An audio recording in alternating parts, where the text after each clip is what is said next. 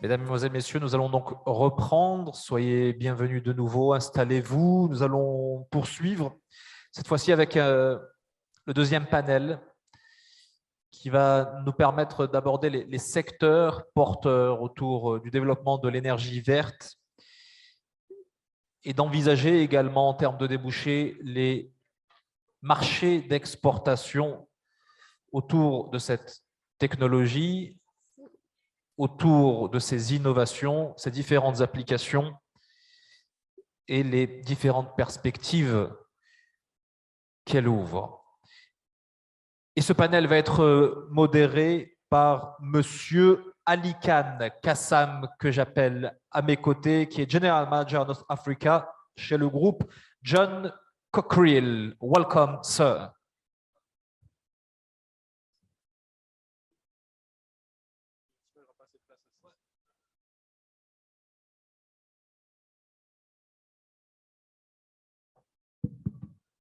Hello, everyone.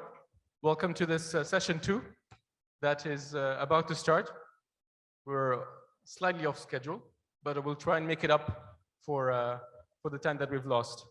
So I'm delighted to be presenting and chairing session 2. Session 2 will be dedicated to international benchmarks. The questions that we'll need to answer is which sectors will be making the bulk of the demand? Who will make up for the key exports markets? Of course, the interest of green hydrogen is growing globally. Several countries are developing ambitious research programs along national hydrogen strategies. And an international hydrogen trade market is likely to develop, offering new opportunities for redesigning energy partnerships and securing stable supply chains regionally and globally as well. So to speak about this topic, we have a nice set of panelists that I'm going to call on one by one. So I'm going to call first Mr. Cédric Philibert.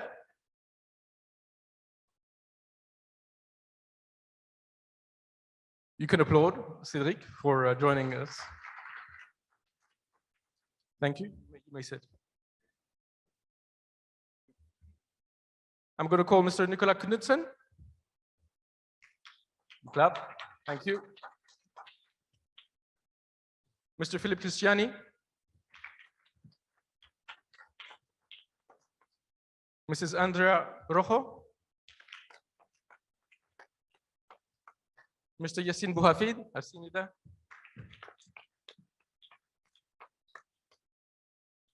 Mrs. Valérie Ruiz Domingo.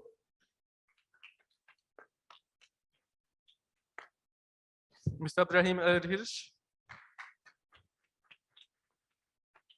And last but not least, Mrs. Hanan Hamraoui.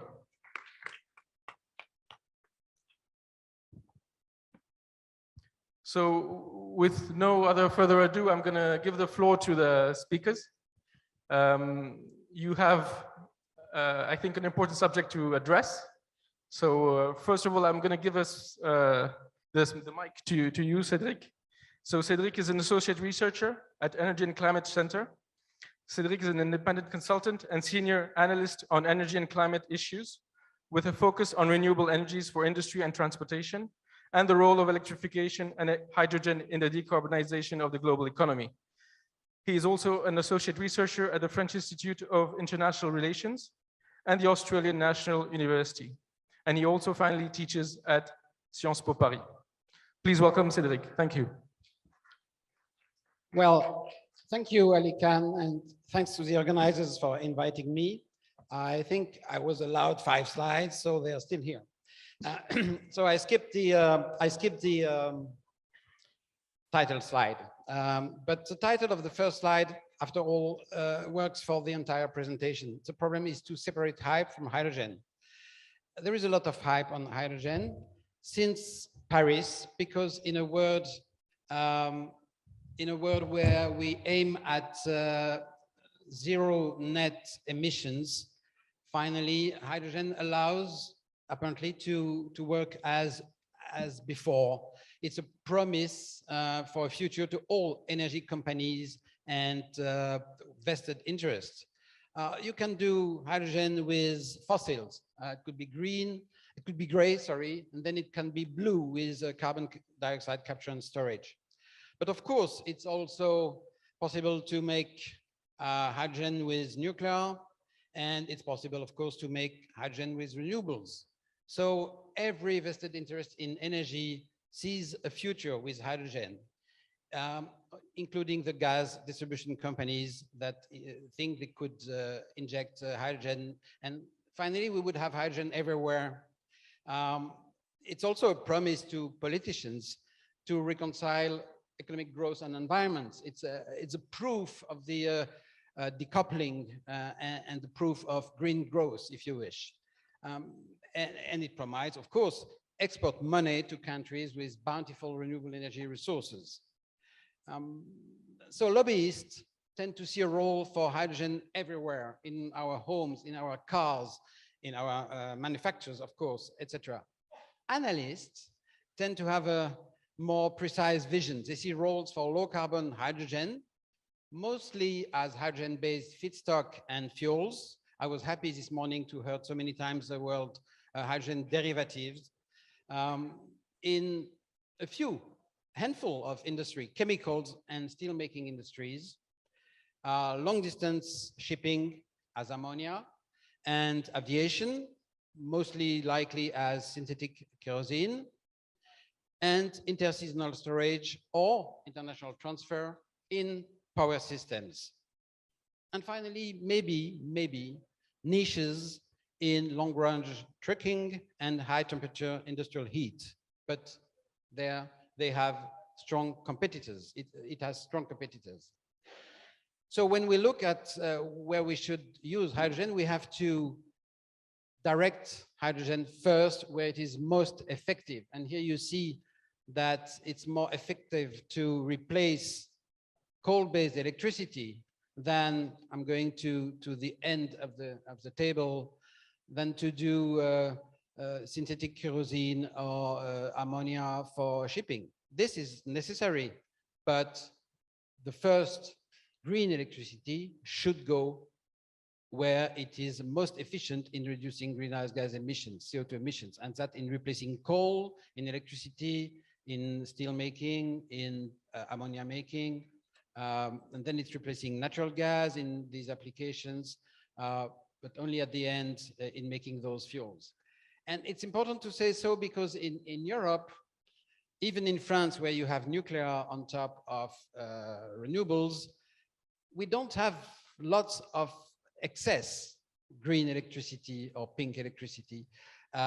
We would have basically to wait 2035 unless we really accelerate the deployment of renewables to have enough electricity to be able to work a few gigawatts of electrolyzers, 2,000 hours a year. So we have to be careful not to waste this precious electricity. And in particular, the Power EU program that says, well, we do 10 million ton hydrogen in the next few years because we want to get rid of the Russian gas and we want to reduce greenhouse gas emissions, doesn't really sound right if you are not able to speed up the deployment of renewables and to make a specific additional deployment of renewables for these objectives. Otherwise, it is wasted and we may end up making electrolytic hydrogen while burning gas in gas plants, which means twice as much emissions than if we do just plain steam gas reforming. And if we do that with coal, we do have 4 times more emissions than today when we make gray hydrogen. So we have to be careful not to make mistakes. And Europe in particular should first decarbonize its power system before pretending to produce green hydrogen, while during those years it can use blue hydrogen or it can import green hydrogen from other countries which have that have immense resources. And that's why we're here, by the way. And you see in this graph that I borrowed to the arena that there are plenty now of imaginations to find routes mostly going to Europe, but also to Japan and Korea to bring in green hydrogen to the big centers of demand. Now, pure hydrogen carriers may not fly. The Japanese have studied during 5 years carriers of hydrogen, but in fact, hydrogen is mostly used to make semi-finished products. And it's much better to make the semi-finished product where hydrogen is produced and then to transport them. And you can see that when you compare the cost of energy in Europe of imported versus local hydrogen and ammonia. Imported is from Morocco with 20 euros per megawatt hour. And for Europe, you forget about Spain, which could be cheap, but you do that with lots of offshore wind in the north of Europe at 55 euros per megawatt hour. And then you have to compare the cost of electricity and the capex of electrolyzers and the capex of ammonia. And what you see that, yes, importing ammonia, if you need ammonia for all the users of ammonia, including tomorrow in maritime shipping, it's better to import ammonia from Morocco than to produce in the north of Europe. But if you want to extract hydrogen from this ammonia or to get another vectors, another carrier, well, then the economics are much less convincing, including by comparison to local produced hydrogen. If I add what is now uncertainty, you end up with, okay, if you can pipeline hydrogen from Morocco to Spain, the problem being between Spain and the rest of Europe where you don't have enough pipelines, but sorry, that goes too fast. It's okay, but if you want to do otherwise and extract hydrogen from anything, it won't work. It's better to produce it locally, even if the cost of electricity is higher. And now, so the seaborne exports with liquid hydrogen do not work either. So in fact, we would either we transport hydrogen in pipelines or we transport just ammonia, methanol, naphtha, synthetic kerosene, or hot briquetted iron. All these products, by the way, which represents a massive majority of what hydrogen will be used for, it will be transportable much more easily than hydrogen itself, which is good for the countries that will produce this, like Morocco, Namibia, whatever. It's an industrializing force where you develop not only renewables and hydrogen, but also ammonia making, methanol making, steel making, Fischer-Tropsch. All this is very, very interesting. The priority number one remains to develop renewable energy capacities. And the priority number two is to electrify everything you can electrify. And then only comes hydrogen. Thank you.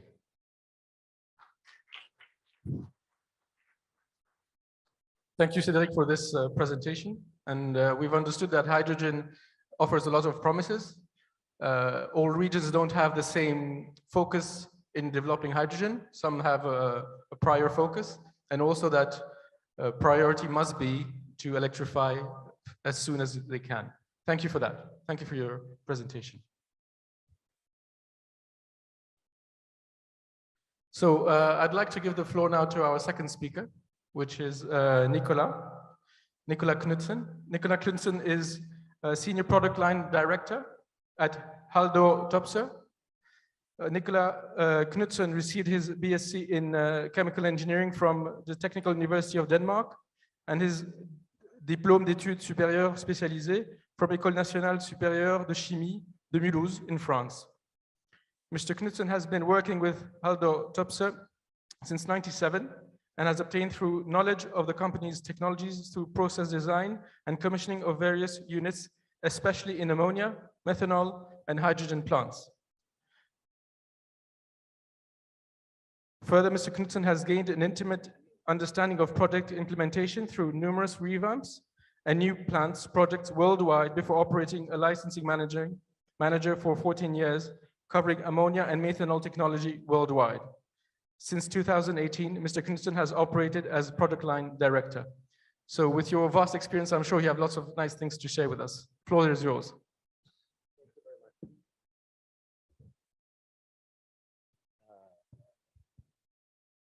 That helped. Thank you very much, both of you.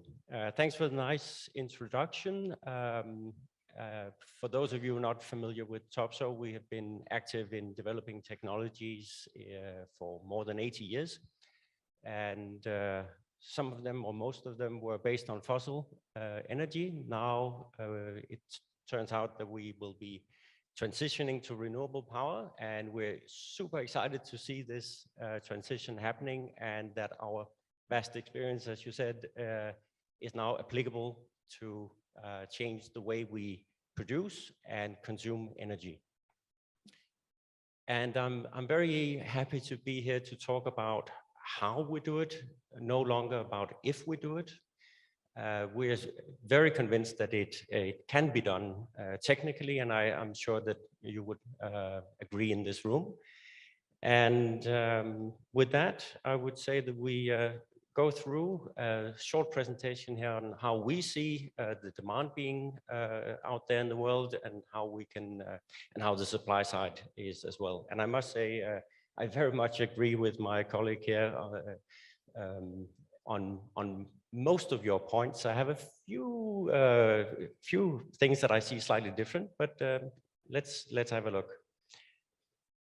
So we can look at a handful of major industry sectors.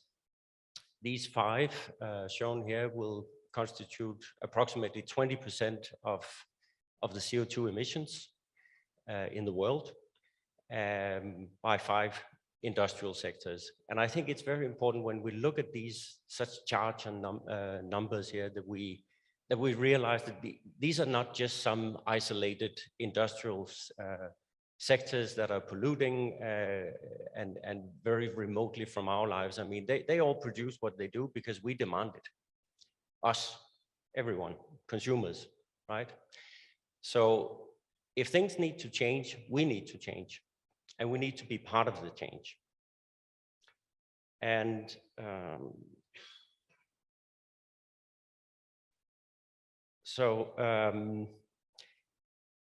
we believe that if this change has to be borne by each of us consumers, it will take time, right? I mean, if I asked you in the room, how many of you paid out of your own pocket for an additional fee on your plane ticket to make it renewable fuel based?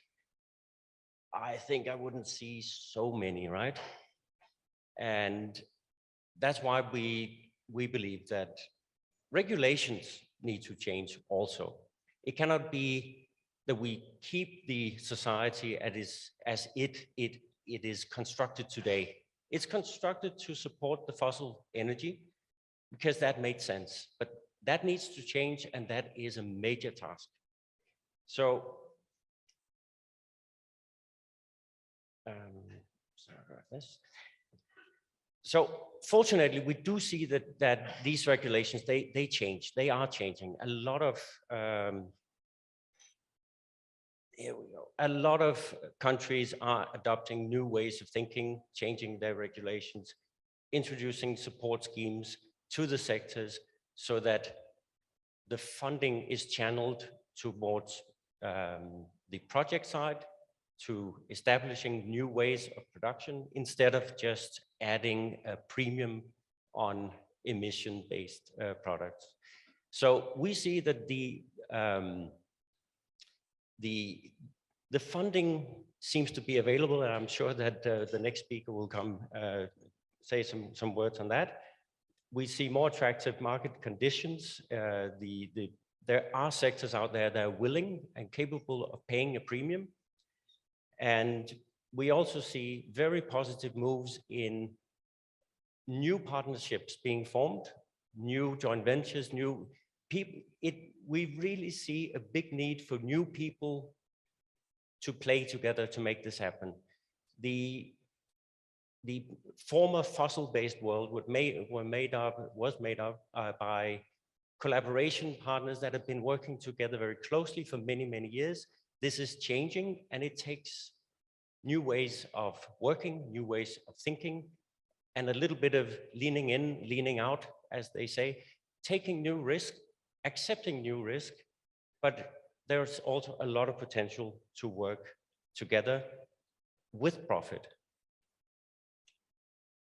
So a little bit here on a fairly complex slide that we made with the help of McKinsey, but the way we see two well-known chemicals, ammonia on the top and methanol on the bottom, the X's in Power-to-X, and how we see these markets develop. So we see in the near future, towards 25, that ammonia will develop somewhat, with a minor part on decarbonizing existing capacity, but developing. But as you can see, as you move further on the right-hand side of that slide, we see actually a potential for a doubling of the world production capacity to some 500 million tons per year. All of it being consumed by in uses that are non-existing today. So for shipping fuel, hydrogen carrier, and power production, very much to your points. And methanol, we see that actually growing faster. So in the near future, that could grow rapidly. It seems, well, the reason for that is that it's easier, faster to adopt as in these alternative uses as a fuel. It's faster to implement the methanol route.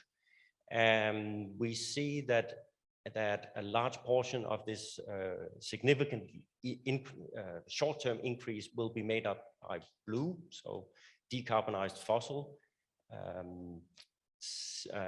But in the longer run, it will be electrified methanol production. But the long-term potential will somehow be replaced by ammonia.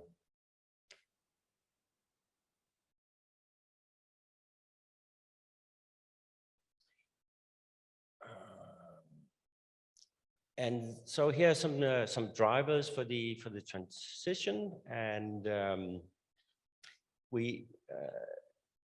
this actually summarizes some of my earlier points. I think one important point in the demand sector is the third one, the willingness to pay, and I think that can be translated somehow into a ease of passing on the bill, because there are not many industry sectors that are able basically to pick up the additional bill, right?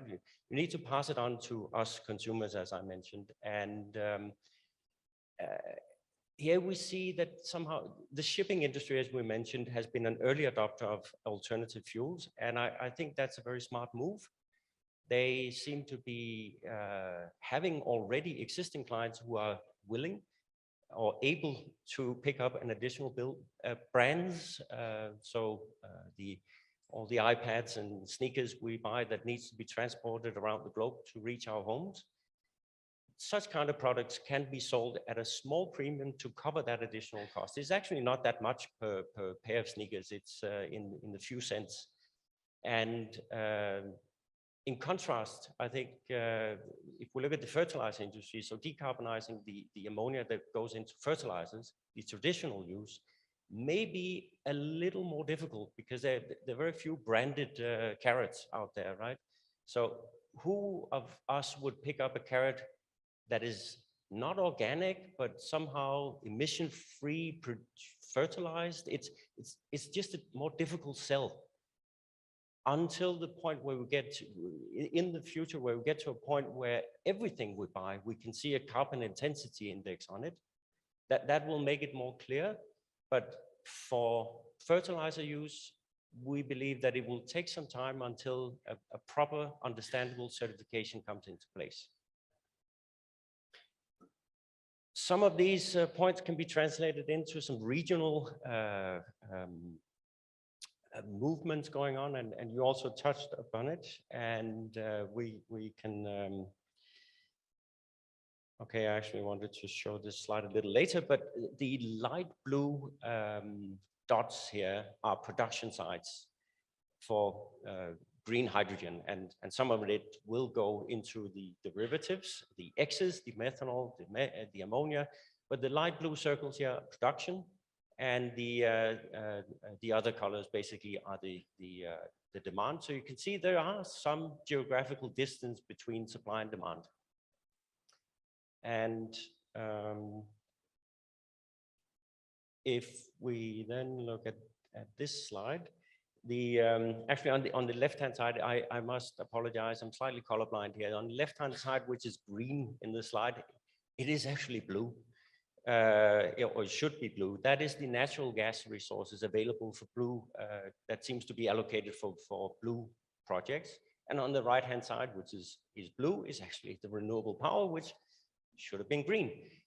Maybe it's a way of remembering this slide about how confusing that was, but basically what we've circled in is the demand centers. And then if we take this a little bit further, we can see that translates into some obvious transportation routes. So South America to North America, Middle East towards Europe, and Australia towards Japan, Southeast Asia. Something we also saw earlier.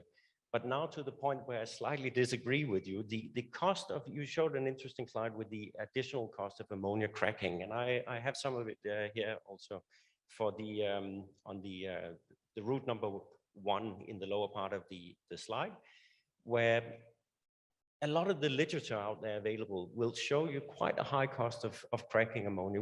In Topsoe, we don't believe that that's true, basically. We are on a quest to show that could be done a lot cheaper. We have in the past made projects with ammonia cracking for different purposes. And we believe that we can drive that additional cost down to a point where transporting ammonia as a hydrogen carrier will be very attractive. Obviously, it all depends on the distances of shipping, but as we can see in the slide, it's thousands of kilometers of shipping, and keeping hydrogen as hydrogen will be quite expensive. So let's see what the future holds for cracking. So those were my points today. So Topsoe is here to make clean energy more efficient, more affordable, and more available for everyone. And we are very excited to be here, very excited to be part of the whole transition. And with that, I'll pass back to you. Thank you very much, Nicolas, for this round of applause for Nicolas and for his presentation. So it was very clear to see that potential and engagement is growing in this topic, with lots of funds coming in and companies engaging into these projects. Policies needs to be clarified and worked on to fluidify this new venture. At the same time, perspectives of costs for transporting ammonia could be much more optimistic than what could be foreseen by some. And but to be discussed, Cedric, to be discussed. Very well, thank you. So I'm going to give the floor to the next speaker, which is Philippe Christiani. So Philippe has over 20 years in Tier 1 consulting, more recently as senior partner with McKinsey, previously leading McKinsey's consumer sustainable work in Europe, assisting global industry leaders on strategy, ESG compliance, recycling, and emissions reduction. He joined a CIP team in September 2021, and his educational background is economics, a master's in economics from the University of Copenhagen, and in finance from the University of Reading. He is now based in Copenhagen. He has also worked on strategy development and capitalization of alkaline hydrogen OEMs, and McKinsey's largest cradle to grave emissions reduction project with a leading consumer company. Philip, floor is yours. Thank you very much. And thanks for inviting me for this discussion. I wanted to spend a little bit of time talking about CIP because— Excuse me, could you just make your mic near your mouth? Is this better? Thank you, it's better. Very good, very good. And I just recall you that every one of you has 8 minutes. So I'll be the timekeeper. And when you have 2 minutes left, I will let you know. Thank you very much. Very good. I wanted to just introduce CIP to you very quickly. Not a lot of people know about CIP, but we like to think of CIP as the world's largest 100% focused renewables investor. We have about 18 billion US dollars invested into renewable capacity across the planet. In that sense, I couldn't agree more with the first speaker, Mr. Philibert. We need to drive the electrification first, and we have a development portfolio of about 40 gigawatts of wind and solar that's intended for electrification of Europe, North America, and Asia. Importantly for this discussion, we've recently raised a fund that's focused 100% on P2X. It's the seventh fund in with CIP. And we did this because we can see that this transition is happening. We can see that the demand for the green fuels will emerge. And we built an organization to help us drive that.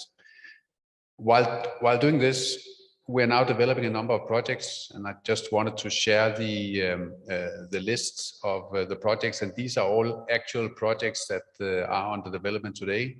These are projects where we have secured the land, and we're in the process to develop projects.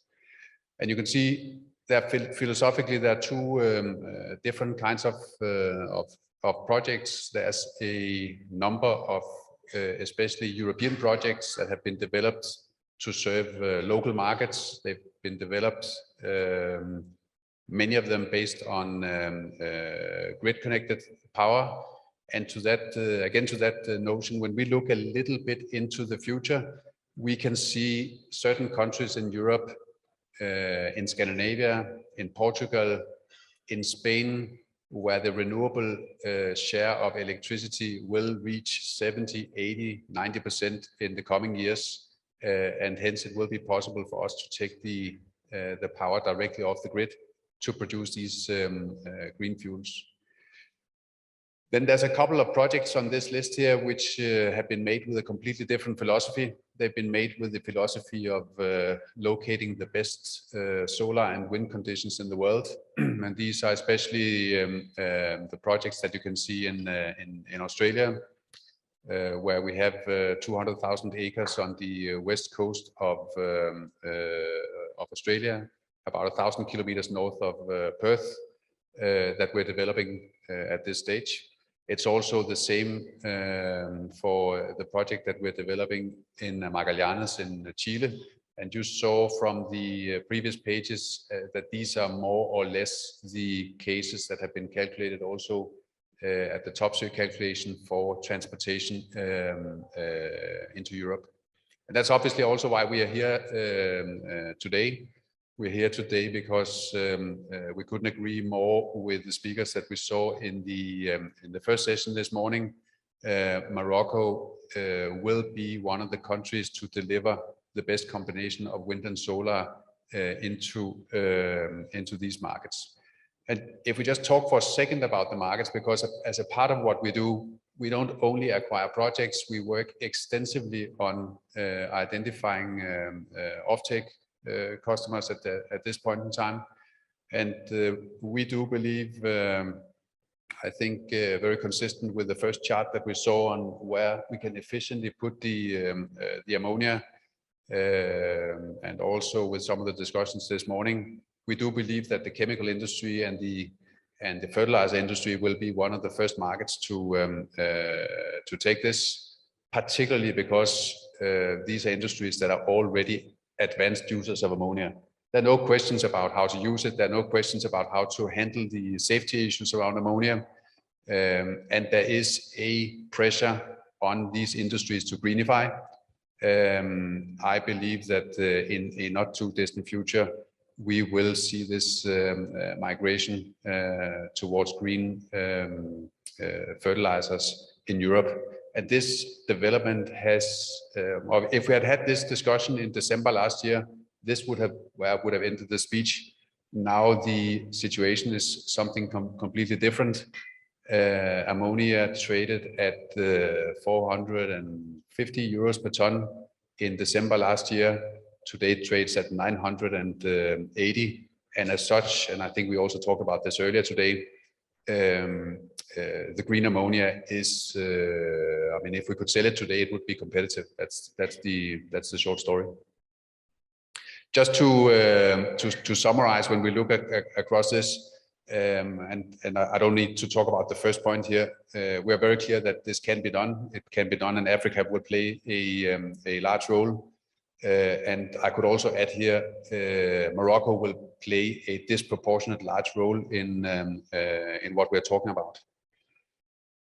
We are seeing, we're driving the investment today. We're seeing a number of, a broad group of companies investing in parallel with us. It's investment funds, it's the energy majors that we're seeing, it's oil majors, and funnily enough, it's also a number of industrial players that that drive this development. A number of companies that have seen the transition coming and that are already now taking stakes.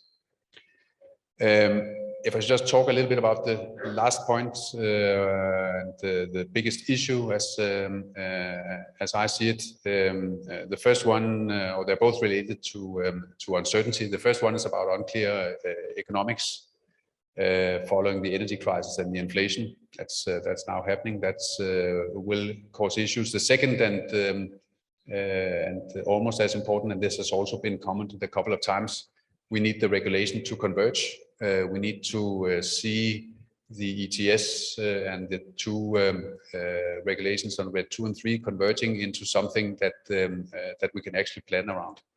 And the good thing for me on these last points is that this is happening. This is something that before the end of this year, we will have very clear structures around what this will look like.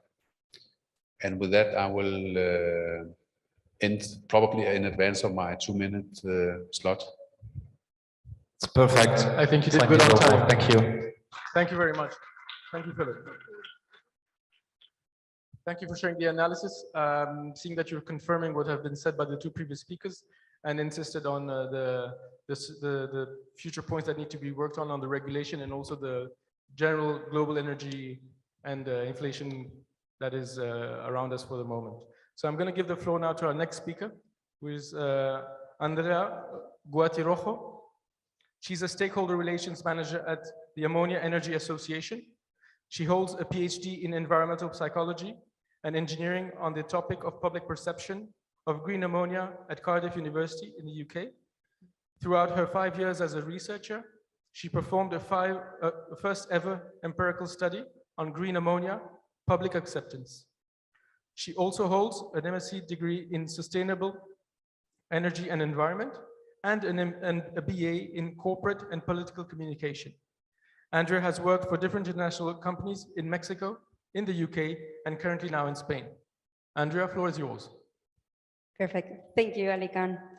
So, yeah, I will talk briefly about what is the association, where are we working on at the moment, and some of our projects. I promise I'll keep it brief.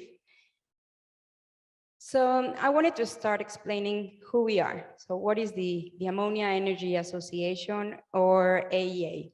So we are a global industry association that promotes the responsible use of ammonia in a sustainable energy economy. So we look at that from the supply and the demand side, supply to decarbonize ammonia production, and demand to adopt ammonia in energy markets. So how we do this is through our members.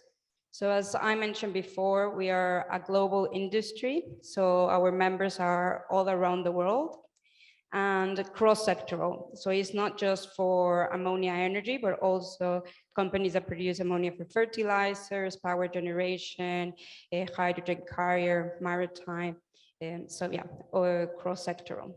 And all of the work we do in the AEA is based on 4 strategic pillars. We have the knowledge stewardship, where we have news and an amazing newsletter. We publish articles, papers, We have now running a database on low carbon ammonia plants and maritime projects. We also have webinars and conferences. The second strategic pillar is program development. So at the moment, we are developing an ammonia certification scheme, which is what I'm going to talk about in the next couple of slides. I have to say that I'm really happy to keep hearing about the need of a certification scheme, but well, I'll talk that later.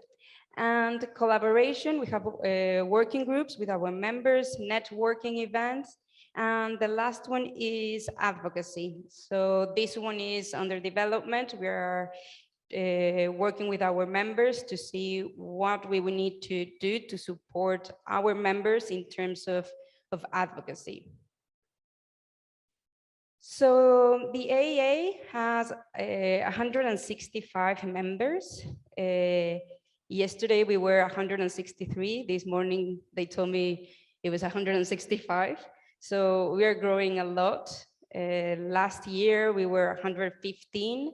So yes, it's great to see all these companies joining the AEA, new technologies, new projects. Sometimes it's overwhelming, and I feel it's impossible to keep track with all these new developments, but it's great. And on this same line, the end of May, we launched a report with IRENA, Outlook for Renewable Ammonia. And I always like to show this graph because I think it illustrates really well like the projection of ammonia. And I think it's really interesting to see that by 2050, global ammonia demand is estimated to reach 688 million tons in a 1.5 degree scenario. So I see this, and I think that there is a need not just to focus on decarbonizing the new market, but of ammonia, but also the existing ones that we know that is responsible of 1% of greenhouse gas emissions. So we do need to focus in current and new markets. So they both require low carbon ammonia, or these won't materialize. And I'm talking about shipping, power generation as a hydrogen carrier. And for that, certification is critical. And when I talk about certification, I'm not just talking about for like low carbon ammonia, but from fossil fuels, renewables, and like the existing ammonia plants. And we need to be able to have a baseline of emissions measured and verified, because of course we can't reduce something we don't measure. And sometimes we talk about colors, green ammonia, blue ammonia, but what is green in the US might not necessarily be green in Japan or in Europe. So we need to put numbers on these and calculate the absolute carbon intensity per ton of ammonia. And then, yes, start talking about colors. So as I mentioned before, this is an initiative we have in the Ammonia Energy Association at the moment. We are creating the ammonia certification scheme, and the aim is to support global harmonization to measure and verify the absolute greenhouse gas emissions, and to enable trade of certified ammonia. So we are working with all our members for this certification, but we realize that to be able to support a global harmonization, it needs to go beyond. So that's why we're inviting everyone that is interested to participate in this certification scheme, to join us, bring some input, ideas. We have working groups. Now at the moment, we are in a design phase. So yeah, we know certification is really important. We need it. So if you're interested, just send us an email or let me know, and we'll be happy to work with all of you. Thank you. Thank you very much, Andrea, for this sharing. It's good to see that there are some organizations that are being real enablers to the business and helping the business develop, I would say, clearly, and also that you're working on important topics such as the certification. Thank you for that. So I'm gonna go now to our next speaker. It's Mr. Yassine Bouhafid, who is the Water and Energy Project Manager at OCP Group. Yassine has begun his career in the banking industry, where he spent 6 years as an equity asset manager at Bank of Africa. He joined OCP, where he worked on modelizing and quantitative industrial studies. He is now a water and energy project manager, working on different areas such as Power-to-X subjects. Yassine Bouhafid is an engineer from the École des Mines de Saint-Étienne. Yassine, floor is yours. Thank you, Alikam. I start briefly with an introduction of OCP Group. So, according to the US Geological Survey, Morocco holds 73% of the world's known phosphate reserves. These reserves made OCP at first a mining company. So just to remind you, OCP Group is a 100-year-old company. It has known 2 major transformations. The first one in the 60s, where it transformed phosphate rock into phosphoric acid. And the second one in the 80s, where OCP Group transformed this phosphoric acid into fertilizers. We are now into a third transformation that encompasses a lot of subjects, such as engineering, such as JVs, and sustainability. So to talk more about sustainability, OCP Group has taken a clear strategy a few years ago about being an eco-friendly company. And I'll focus more about energy, since it's our topic. Of course, here you can see all the areas where we have to make transformation, where we are doing transformation in terms of CapEx, in terms of new technologies, in terms of new ways of working. To accompany all this transformation, OCP Group is also going under an industrial development program, what we call a green industrial program, for the simple reason that every new CapEx coming on the way has to be green. It has to be 100% renewable source of energy. Water has to come from desalination or from wastewater treatment plants. These are some examples. In terms of energy, here are some of our what we have done in the past few years.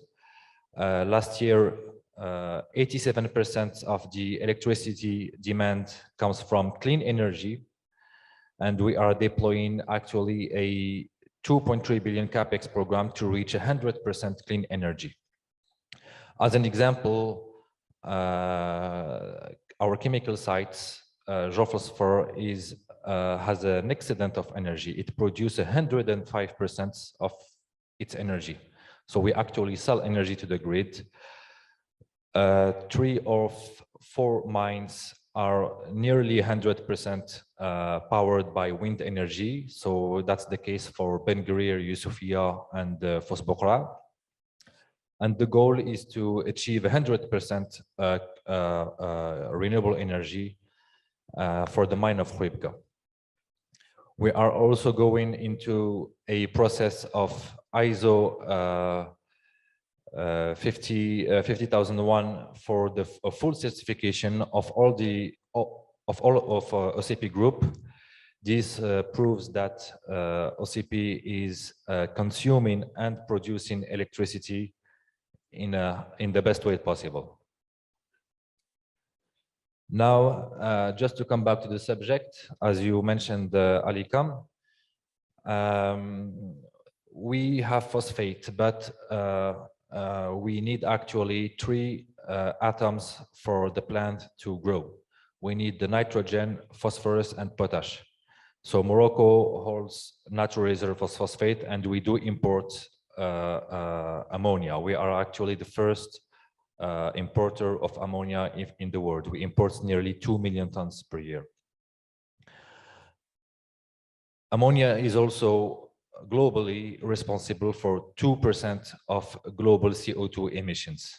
The market of ammonia, the worldwide production of ammonia is around 150 million tons per year.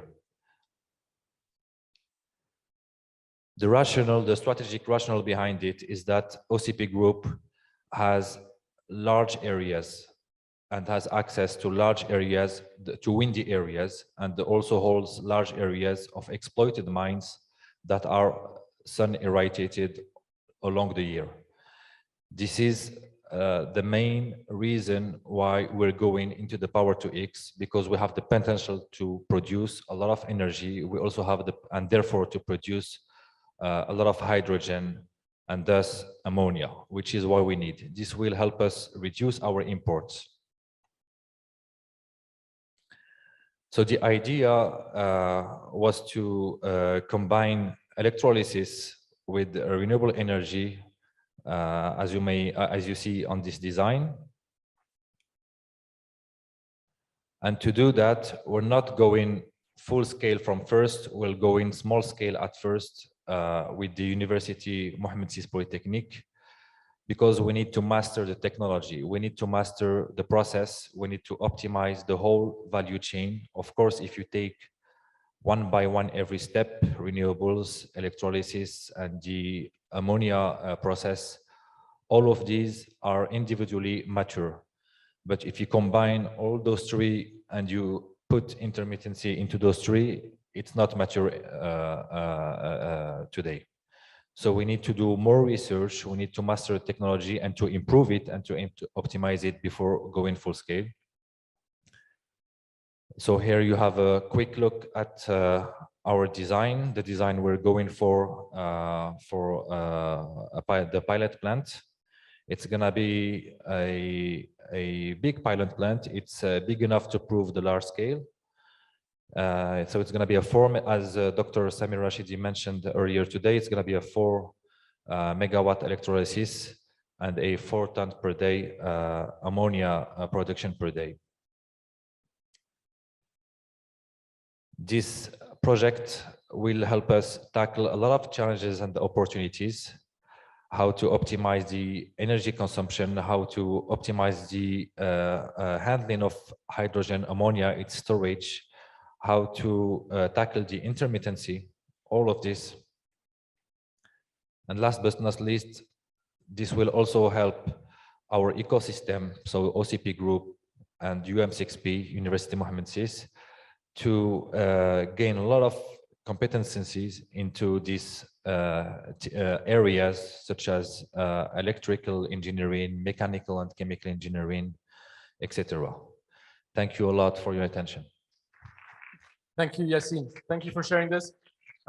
We must recognize the efforts of OCP in taking this issue seriously, addressing renewables energy as hard as you have, and also in engaging in one important topic, and I think you're doing it very well, is trying to understand the technology and mastering it and to be owner of it. So I think this is a very important endeavor that OCP has taken. So congratulations to that. Our next speaker is Valerie Ruiz Domingo. Valerie is the Group Hydrogen Vice President. She was appointed in June 1st to 2021. She joined the group in 2003 in the Group Finance Department for Investments and Acquisitions before taking responsibility for development, regulation, and marketing in the infrastructure branch in 2006, and for store energy, marketing, strategy, and finance in 2008. In 2011, she was appointed VP of Strategy for the Global Gas and LNG branch. Within the B2C business unit from 2014 to 2017, she was CEO of the Bank Sofia with a mission to relaunching the commercial activity before disposal. Still within the B2C business unit since 2018, she has been EVP for regulated tariff entity. Valérie, floor is yours. Thank you very much, and I am very happy to be here with you and to hear some different stakeholders on the hydrogen market. I didn't have a slide on ENGIE, but just for the one who didn't know, is just a global worldwide energy company. So I wanted to prefer to focus on hydrogen. So ENGIE and hydrogen, I will say it's a long story, even if it's only 5 years ago. We were really on the front runner with 200 employees dedicated to hydrogen. And so we think that ENGIE is really a main stakeholder on this. We are really along all the value chain, and that was important because we are in renewables, but we are also positioned in gas infrastructure. And as you see here on the slide, we are coming from R&D, renewable energy management, feasibility, design, execution, and operational with the different entities in the group. And also we are really engaged, we say commit with promising ecosystem as such as sports.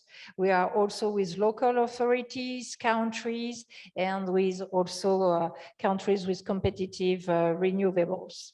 So really the strategy to be there present all along the value chain of hydrogen. And last year, it was more or less at the same time, we launched our roadmap, a very ambitious one, as you can see. So on 3 different segments. The first one is on industry. So we have an ambition in 2030 to get and to reach 4 gigawatts of H2 renewable production. So that means in electrolysis capacity. And second segment is on mobility. And we have an ambition of to set up more than 100 hydrogen refueling stations. And for that, it's more in France based on territorial, public and private partnership. And the last one, infrastructure, we decided to set up a very ambitious objective too. And we would like to have hydrogen dedicated pipelines with a goal of 700 kilometers. And also because we are also a gas industry, we have several underground storage and specifically salt cavern. And we would like to have 1 terawatt of hydrogen dedicated on underground storage.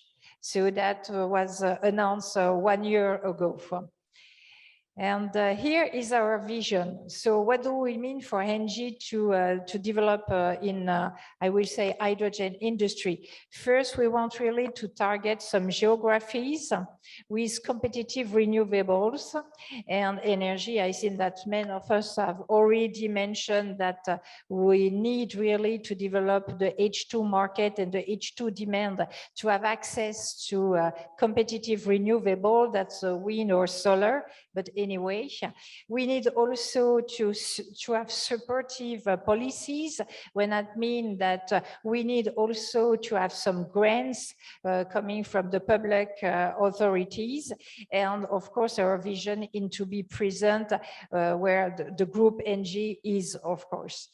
The second one is, and I think that we mentioned earlier this morning and this afternoon, we will be here also for the group to be able to anchor large scale of takers. That means that we will have to provide solution for decarbonize the hard to abate industry, such as, for example, mining, also steel, maybe fertilizer. We know that there is a lot of ambition mentioned also on e-ammonia. So here the role is, our vision is trying to find the best solution to help some industry to reach, I will say, the net zero carbon fine. And the third one is also, but maybe more in France, to develop some hubs with multi-uses. And for example, is trying to add a value on all the value chain that I described before. And it's, for example, for heavy duty mobility, is to be able to give some process, some storage, and so on. So to add some services with this value chain. And the last one is also trying to replicate the solution everywhere where it's possible, and also to make some leverage with existing assets in storage and pipelines. And I will say in the long run view, it's more to develop also international hubs and trying to be able to export green energy to regions that are limited renewable access. That is really our vision for hydrogen and industry. And I didn't form because we are more than 100 projects on hydrogen. I just wanted to focus on the 30 large-scale green H2 projects in the world. You see here, we are, of course, in Europe because we are a European company. So we are in France, we are in Portugal, and also in Belgium and Netherlands. And here it's more like to produce e-methanol, e-methane, e-ammoniac, for example, but we are also in America. We are in Chile with the project of IX, and that it's also to produce and to see e-ammoniac and on something. We are in South Africa, and it's a Rhino 1 project, and it was 1 month ago. It was a worldwide premiere, as we call, because we, with Anglo-American, we decarbonize, and it was the first mining truck functioning with hydrogen, with renewable hydrogen instead of diesel. So it's which kind of, I will say, of solution that we can offer to a mining industry to try to decarbonize as quick as possible for that. But we are also, of course, in Australia. We are in 2 different projects, but the one is Yuri, and is to produce with Yara e-ammonia. And also in Ip Murray Valley, it's more for blending, also to test the blending between hydrogen and methane in the pipe. So as you can see here, we are all over the world. We are also in the Emirates, and we have a strategic alliance with Mazda. And I think that someone this morning talked referring to Mazda and with Fertiglobe, and it's also to produce e-ammonia and maybe to scale up to export e-ammonia also to Europe. So here you have an overview of the project done by ENGIE. And maybe one question, because here we are in Marrakesh. So I see that we were saying that it was important why we will need to be in Morocco. First of all, I will say that because ENGIE has a local presence for a long time, and it's a very strong partnership between ENGIE and Morocco. And also the second one is because there was a clear hydrogen roadmap sent by Morocco. I think that it was 2 years ago, 1 year ago, with initiative and project. Of course, because we have access to renewable energy at competitive condition. I see that many of us were mentioned before that is one of the constraints to develop the H2 market and demand. And also because here in Morocco, you have several, and we have several key local stakeholders. And I have one by me with industry, and it's very interested and very deeply involved in trying to develop the H2 demand and the H2 market, as Sanjat already mentioned, ammonia production, storage, and mobility. And we think that Morocco could be really a very important export route to Europe on, I will say, different form, such as e-ammonia or e-methanol. And it's why for us, Morocco, it's very important. And I was very glad to be here today. And thank you for your attention.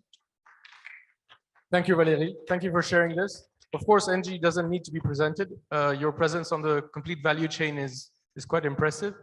Your objectives also, I've seen some challenging objectives that you've set for the group, and also a clear focus and vision for Morocco. Thank you for that. I'm going to switch to our next speaker, who is Mr. Abderrahim Benhirch. He's Energy Operations Director at GEZA. He's leading the energy sector for GEZA. He accumulated more than 29 years of experience in the development, construction and operations, and maintenance of power generation and transmission and distribution infrastructures. Before joining GEZA in 2019, Abderrahim worked as a renewable energy expert, several years in Nigeria and Ivory Coast, where he brought 2 major projects to financial closing. He also worked on several energy projects, energy power stations, new in Morocco and outside of Morocco, in different industries, whether it's thermal or hydro or even solar. Abderrahim is actively involved in many new energy projects, such as solar and wind power generation, green ammonia, scaling and pilot plants, energy storage projects under several technologies, lithium, flow batteries and hydro storage, green mobility and decarbonization of industrial processes. Abderrahim has an electrical engineering degree and an executive MBA from École Nationale des Ponts et Chaussées. He is married, father of a boy and a girl. Abderrahim, floor is yours. Thank you very much, Ali Khan. Ladies and gentlemen, thank you very much for your presence and especially for your attention during lunchtime. Through my presentation, I will try to answer 2 main questions for this session number 2. The first one is who will be the exporters? And the second question, how to initiate the scalability that all the operators and actors are waiting. Today, I'm leading the energy sector, as was said by our colleague Ali Khan for GEZA. GEZA is a JV between 2 world leaders, OCP, that is the phosphate world leader, and the Worley, that is an engineering world leader. GEZA is operating in several sectors, such as water, energy, mining, fertilizers, transport, building, and 2 other main business units that are advisory and O&M. In the energy sector, we are covering a wide range of technologies, from power generation to the power to X, through storage, transmission, distribution. In all those technologies, we are performing advisory, PMC services, pre-feasibility studies, or FEED. And for some of them, especially power generations, we are performing also detailed engineering, EPC or EPCM, and asset management. Just for information, today we are building a 200 megawatt solar project in Morocco as EPC. In Power to X also we are performing, other than the advisory and PMC, detailed engineering and asset management. In order to understand the mechanism of cost in terms of hydrogen production, I have here 2 graphs. The graph that you can see on the left, for which the electricity price is $20, which corresponds to the present costs of solar at a capacity factor of higher or around 20%. At this cost today, we can produce hydrogen at $1 per kilogram. Considering that today the green hydrogen cost is between 1 and 2. If we add the investment in electrolyzer, as you can see here today, we are around $770 per kilowatt. The cost will be higher than the blue, and the parity can be reached only for power generation that can exceed the 4,800 hours per day, per year, which means a combination of solar and wind. Solar alone, wind alone today cannot reach this parity. On the right side, you can see for an electrolyzer cost of around $200, something that we expect to reach within by 2050 or 2045 for an electricity cost of up to 40 megawatts. 40 megawatts, we can reach the parity starting from 4,000 hours per year, which means 50% capacity factor. But for electricity price of 20 or $10 per megawatt hour, we can reach this parity starting from 20% capacity factor, which means within by 2045 or after 2045, we can couple green ammonia or green hydrogen project with solar alone, and we can be lower than we can produce hydrogen at a price lower than the blue hydrogen. Regarding the transport, because today the production cost is not the only factor that will make competitivity. Maybe the transmission transport cost is more important than the production costs. And today there are several technologies that you all know. We can transport hydrogen either as a gas, by pipeline or by truck or by ship. If it's compressed. We can also transport it as liquid, ammonia or methanol or other liquids by ships. We can also transport it as LCOH, liquefied hydrogen carriers. But liquefaction requires hydrogen to be cooled to -253, and this process is very energy consuming. If we use hydrogen to cool it, we may need 25 to 35% of this hydrogen just to reach this temperature. Transmission of hydrogen as a gas by pipeline is generally the cheapest, but only for distances up to 1,500 kilometers. And please remember this 1,500 kilometers, because this is what will make the difference. Transport cost by pipeline as a gas, you can see here that starting from 1,500 kilometers, the transport will be higher than $1 per kilogram, and which is very expensive. If we transport ammonia by pipeline, the cost is lower, but we need to add the hydrogen conversion that is around $1 per kilogram also for the synthesis and also for the cracking. We can transport ammonia by ship under liquid or ammonia. The transport is not expensive, but we need to add to those costs also the $1 per kilogram per liquefaction, and also 0.4 in case of hydrogen carriers. Now let's go to the potential. In this card, you can see the potential of all the regions around the world. What you can see in blue is the H2 demand by 2050. And you can see that the demand is much lower than the potential, even at the pessimistic case. To let you just have an idea about what we are talking here, when we are saying 5 exajoule, 1 exajoule is 7.5 million tons of hydrogen, because 1 kilogram of hydrogen is 33.3 kilowatt hour.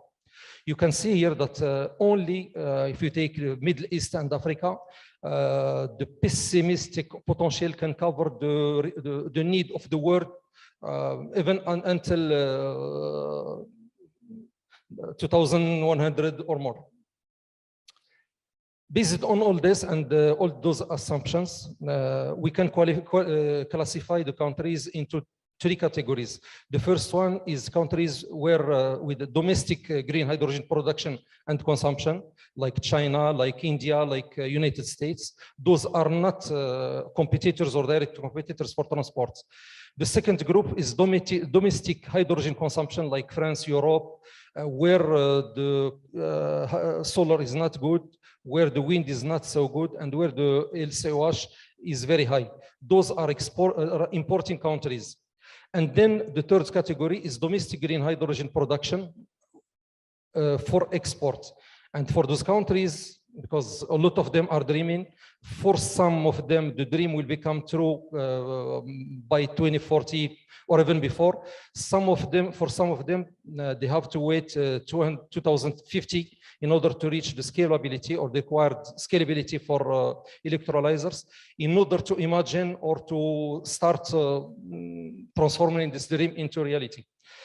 So let's take the third categories because Morocco belongs to this category. Even though our need today is 2.5 million tons of hydrogen, which is the equivalent of 500 kiloton of hydrogen. But our potential is not only for our local use, but also for the export. And in my presentation, I talked about 1,500 kilometers. The distance from Morocco to Europe is lower than this. And in terms of production, you can see that Morocco is ranked 3 in terms of production. Chile, China is not a competitor because it's a consumer. Chile can be a competitor, but where Chile can export, cannot export to Europe or United States because the cost of transport is higher than $1. Colombia, the same. Australia, the same. Australia today can export to Japan, but also only like by chips. Mexico cannot be a competitor because where to export. United States, they have enough capabilities and enough resources to produce themselves. Oceania, India is a user. United States a user. Saudi Arabia can export to Europe, but the cost will be very, very high. Spain, it's a user and exporter, but you can see that the cost of production in Spain is much higher than the cost in Morocco. Furthermore, for the countries for which I said that the dream can become reality very soon, we need to combine solar and wind with the lower transport costs in order to reach the parity that we are talking about today. I hope, like this, I answered the first question. Now the second question. Those are initiatives that our colleagues talked about that we can see today in Morocco, in Egypt, Ethiopia, Kenya, Democratic Republic of Congo, Mauritania, with the biggest projects in Africa, the 30 gigawatt of wind and solar, Amman, and Norway 10 gigawatt. Namibia also that announced the 9.4 billion investment to develop 300 kiloton of hydrogen. I think all of us know about those projects and those announcements. Some will become reality, some not. Now, the big question and the second answer that we are looking for is when, where, and how will come the stimulation or the scalability of green hydrogen. 1 minute. 1 minute, okay. Today, renewable energy will continue decreasing, but at a lower rate. Electrolyzers need to reach a cost of $200 in order to be acceptable. Investing today means taking a risk to produce green hydrogen at higher cost, and I don't see a lot of operators able to take in it.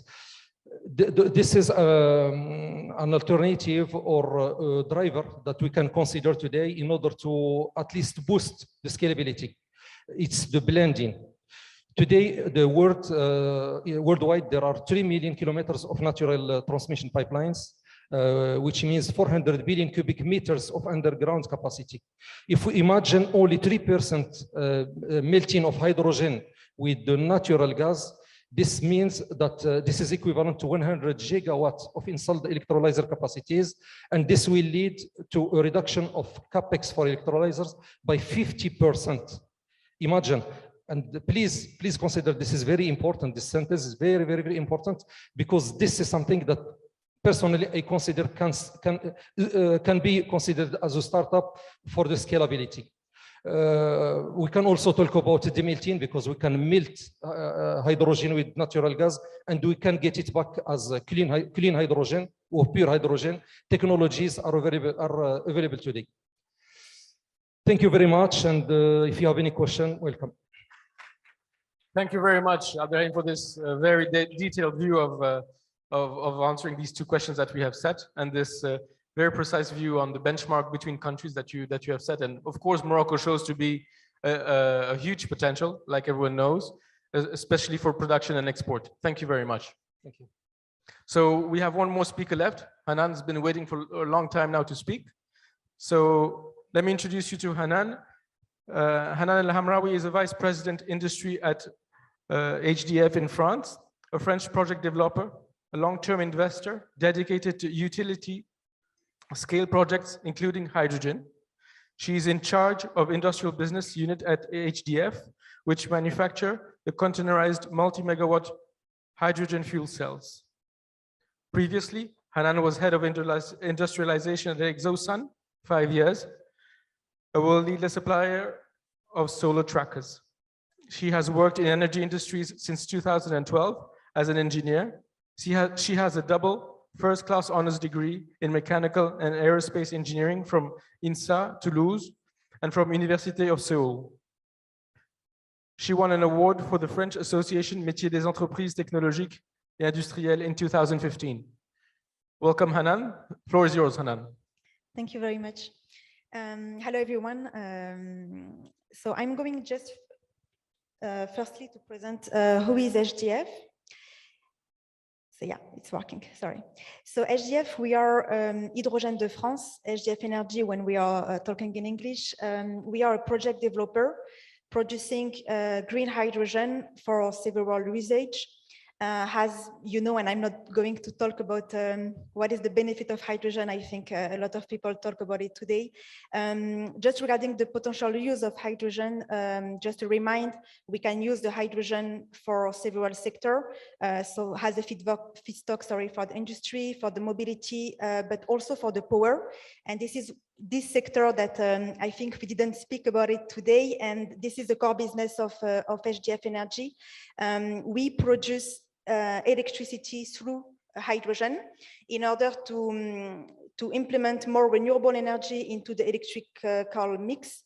And we are developing two kinds of solutions. The first one is a power-to-power application, so where we are going to produce hydrogen locally on site, and then repower through a fuel cell in order to produce electricity when the renewable energy is not there anymore. And the second solution that we are developing, it's the high power for hydrogen to power power plant, where we are going to connect from hydrogen production produced by other, or also tomorrow we will have some hydrogen pipelines available, hopefully, where we are going to produce hydrogen, electricity, on demand. So that will be more to replace the gas power plant, and on the power-to-power, it's more to replace the diesel genset. And on these two power plants, we are using a megawatt fuel cell system in order to produce electricity through the hydrogen. And that system, we are manufacturing them in France, in southwest of France, in Bordeaux. I wanted to give you some two flagship project that we are developing, and one that we are in construction right now. The first one is SEOG. It's in French Guiana. This project is one of the first in the world that is bankable, because the issue of the hydrogen is who is going to buy the hydrogen. So what is the business model, and are we going to find a bankable project that can be financed by the private investor? So this is what we have made with SEOG, because we don't sell the molecule, we sell the electricity. So if we are competitive with the local electricity production, we can make a project, and this is what we have made in French Guiana. This project has a project finance scheme, so with 80% debt and 20% equity, where we are going to create a SPV that will hold the investment of the project. And we produce 16 megawatt electrolyzer that will be installed. And the company that is going to construct this power plant will be Siemens Energy. So the construction has started, and the project is, the commissioning is expected by 2023. And the second project that we are developing, it's hydrogen production project, green hydrogen production project that's called NewGen. It's in Trinidad and Tobago. Trinidad and Tobago, it's a country very well equipped on the oil and gas industry. They are the second worldwide producer of ammonia today. And we are going to produce green hydrogen in order to produce green ammonia for the industry. It will be 125 megawatt of electrolyzer that will be installed.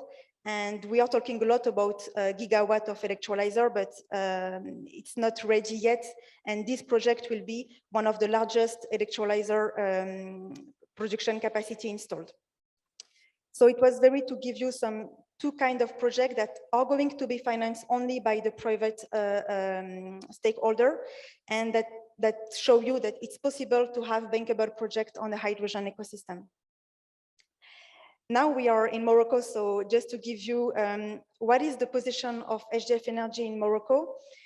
Basically, what we have seen just before, HDF is producing green hydrogen, but also electricity, non-intermittent and competitive renewable electricity through hydrogen in order to have a firm power 24/7. So this is what we can bring also to Morocco. There is two very big ambition in Morocco to be independent in terms of energy. First, with this 52% of renewable energy into the electrical mix by 2030. To do that, we will need to store the renewable energy, and we will need also to have a 24/7 renewable energy that will be produced. And the hydrogen, it's a very key enabler to make this happen.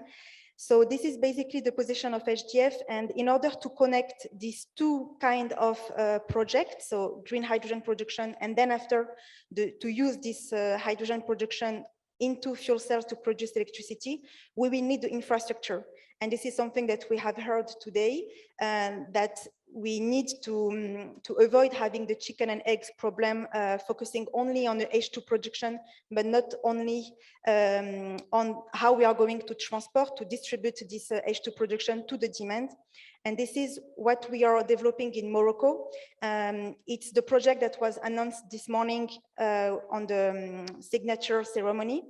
It's MELI project. HDF is the developer of this project with SOMAS, that is the Moroccan storage company. And we are launching a first stage of this project, a feasibility study with Moroccan entities. So there is a Green Energy Park. There will be also ONIM present in this project, and the University of Knetra. And we will also welcome on this project Enagás, that is the Spanish gas TSO, that will be necessary in order to bring also the exportation phase of this project. So basically this project is to answer the issue that if we produce massively hydrogen basically on the south of Morocco, and the major off-taker will be to export in Europe, we will need to transport this hydrogen through pipeline, but then also we need to store this hydrogen, and the best way to store the hydrogen is into the ground on a salt cavern.